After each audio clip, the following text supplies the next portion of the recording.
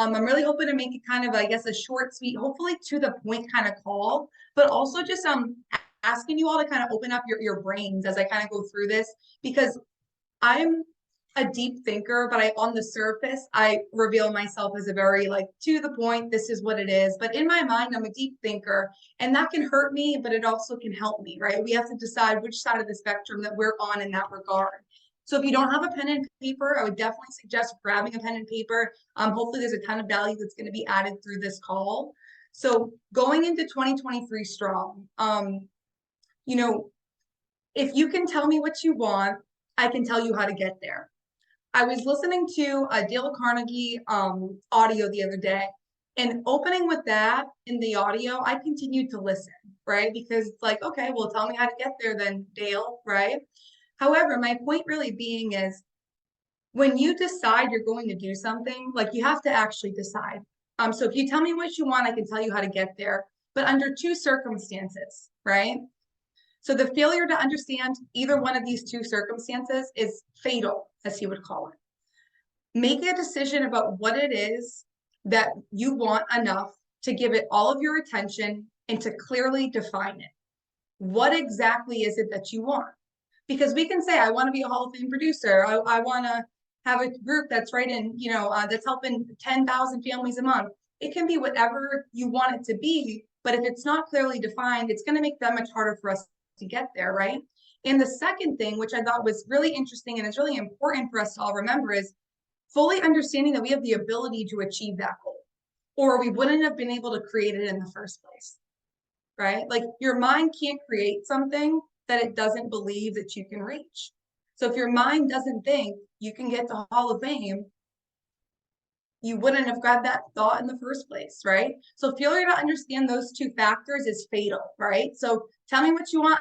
I can tell you how to get there, right? You need to make the decision. You have to be invested enough in that you're going to give it all of your attention. It is so clearly defined that you could say it out loud in one sentence if anybody should ask you, right? So our success is won or lost by our ability to serve others, right? So now kind of moving on, right? What do we do here, guys? We serve clients, right?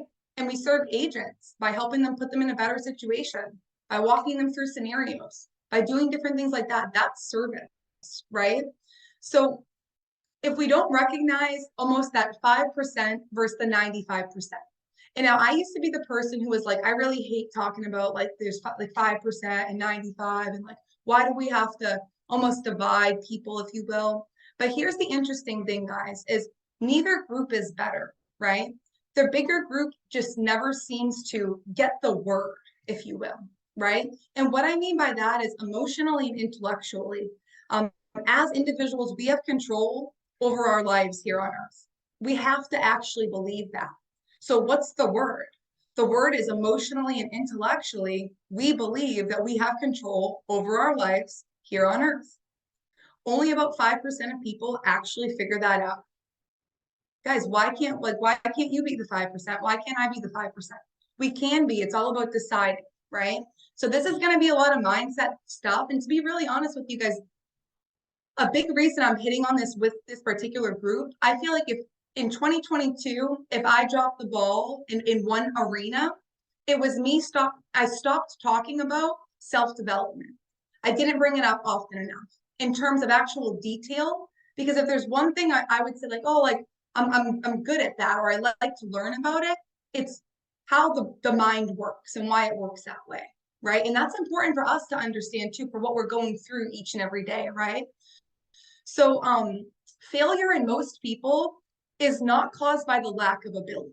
It's not that you don't have the ability to do it, but the failure to decide what it is that you truly want, right? If we don't know what we're going for, we're aiming at any target. You could be like, I really want to crush it here. And then, next year at this time, you help 50 families the whole month. Don't put yourself in that space unless that's what you want, right? So the trick in achieving our goals is by establishing them, right? So I'm going to use an example of a ship. And the reason I'm going to use this example is because I'm pretty sure everyone can be able to kind of truck along with me. And I don't know a lot about ships. I just know a couple of things. So if you went up to a captain and you asked him, where are you heading? He's immediately going to say, for example, let's just say Cuba. He's going to say, we're going to Cuba. He is not confused. He's not going to be like, well, I think that I think we're going to Cuba, right? He's on a directory. He knows where he's going. So he's going to say, I'm going to Cuba. That's his answer, right? Can you tell anyone your destination just as quickly in one sentence?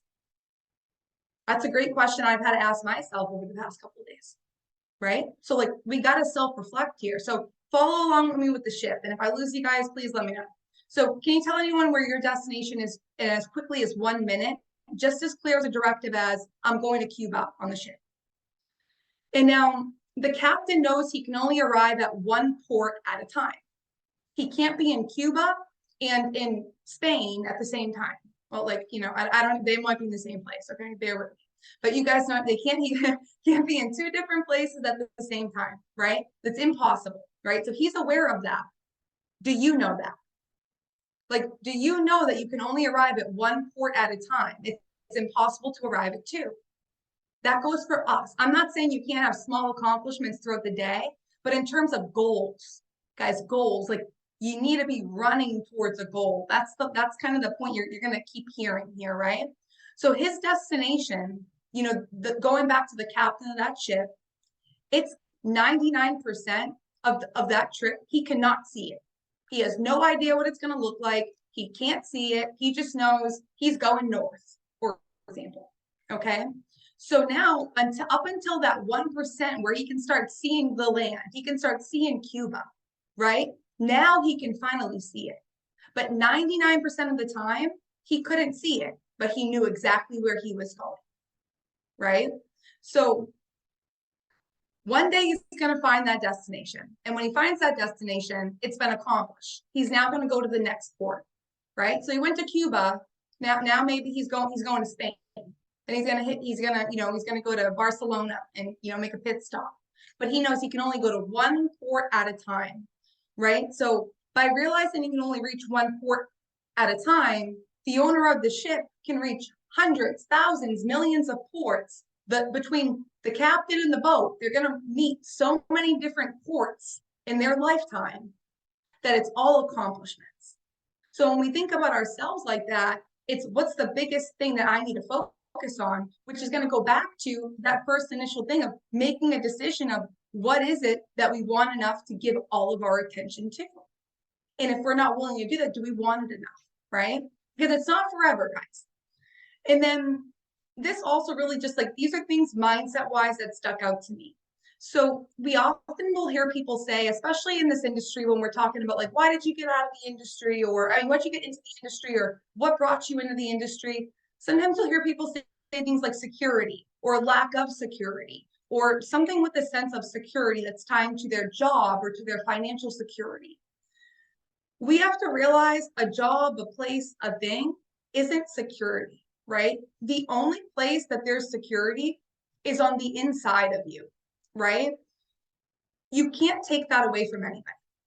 If you're secure on the inside, that means you know to the best of your knowledge and belief that you can get things done.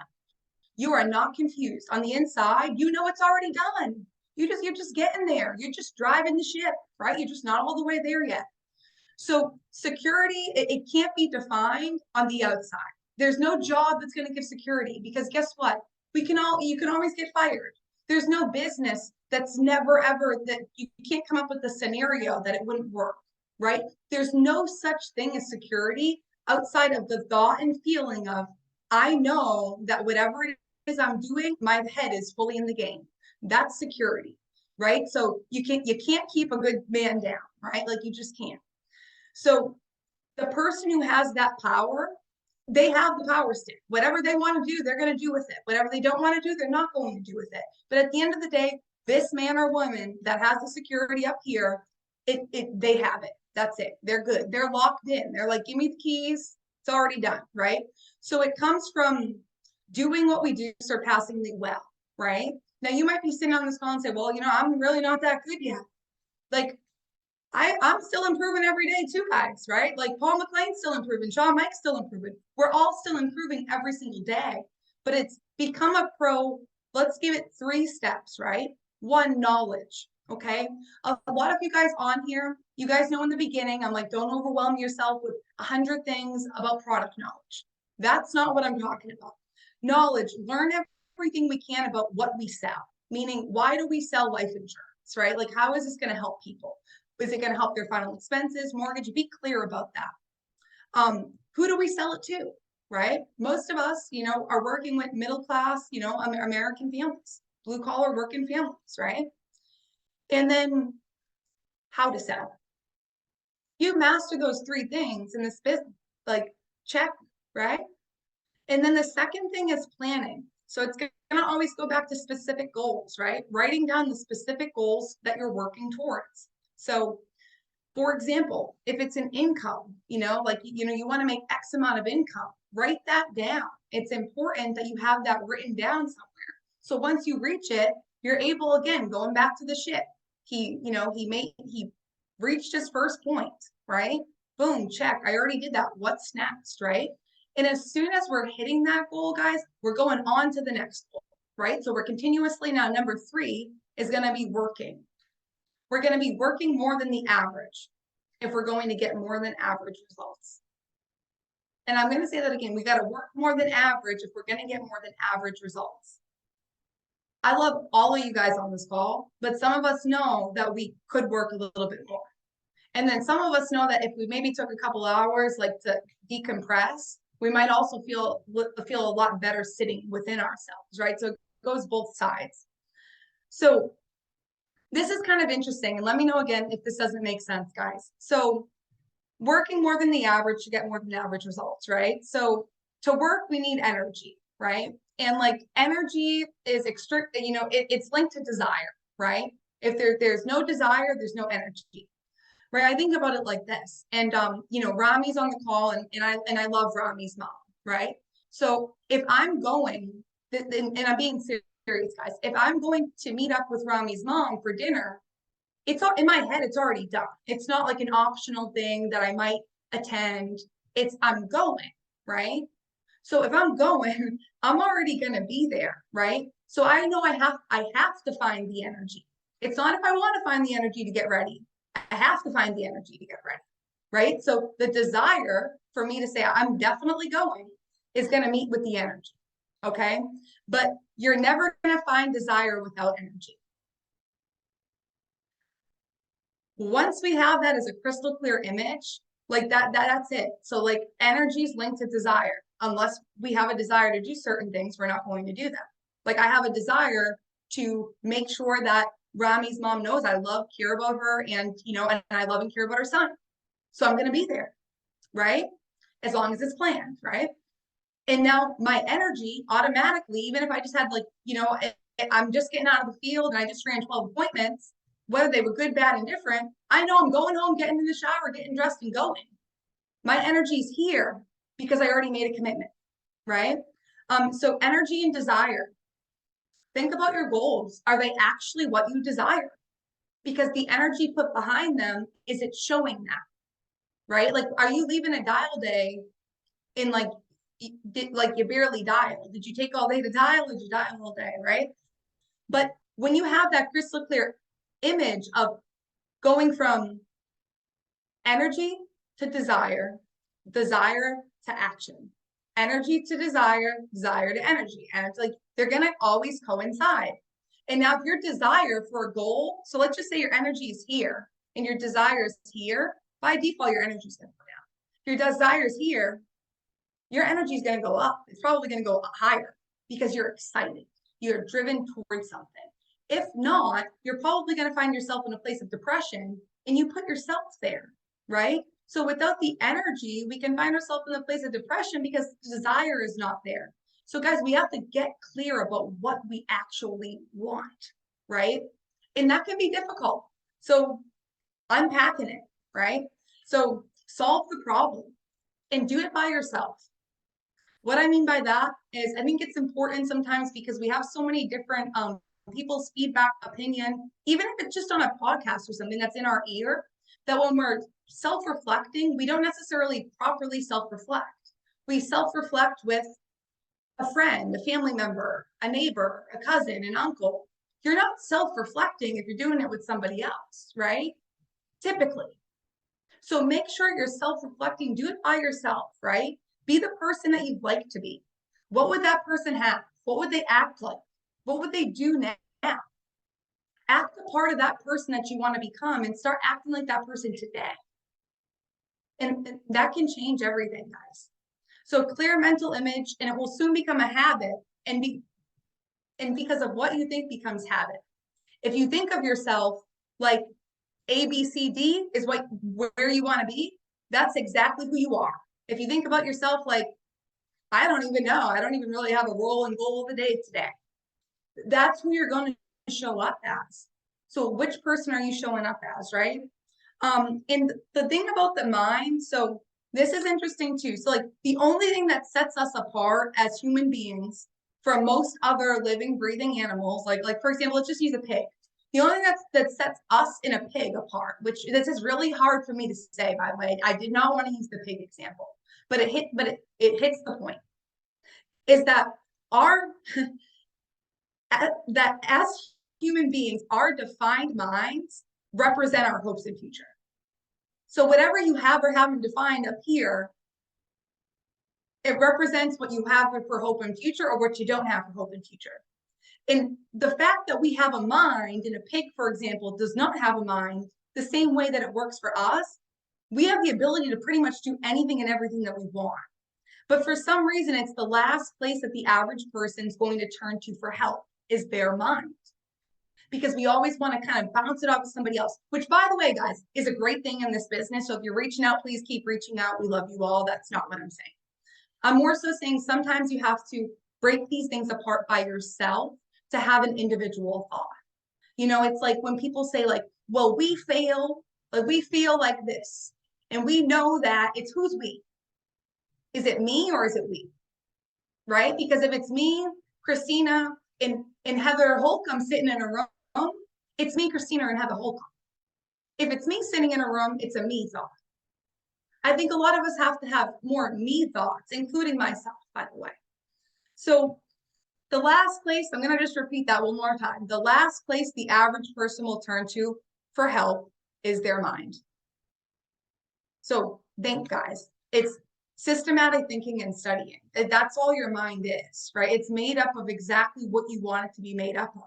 If you're thinking about things, you're doing things that aren't reflecting the person you want to be, stop doing them or change, or ask yourself, what do I need to do to stop doing this, right?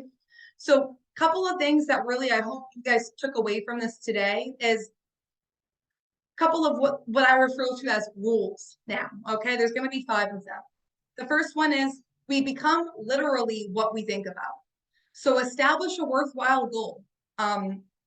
Write yourself out illustrated, emotionally, intellectually, and it's going to become it's going to become real in life. The second thing is our rewards are an exact proportion of our service.